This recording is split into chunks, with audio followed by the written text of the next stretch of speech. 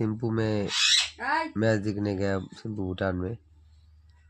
वो संडे के दिन था, इंडिया वर्सेस बांग्लादेश का मैच था। इंडिया 3 गोल से जीता, बांग्लादेश एक भी गोल कर नहीं पाया।